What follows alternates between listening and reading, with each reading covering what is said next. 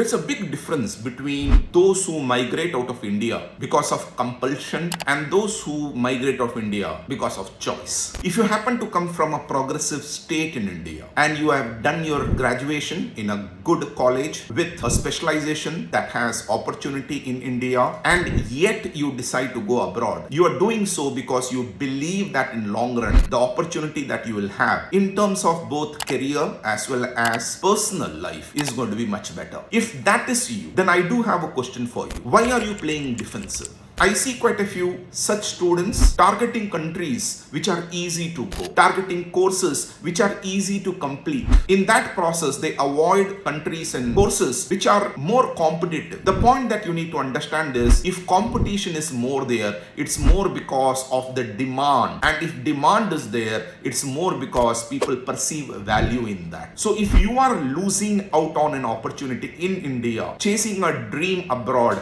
then chase the right dream. Don't cut corners and surely don't compromise.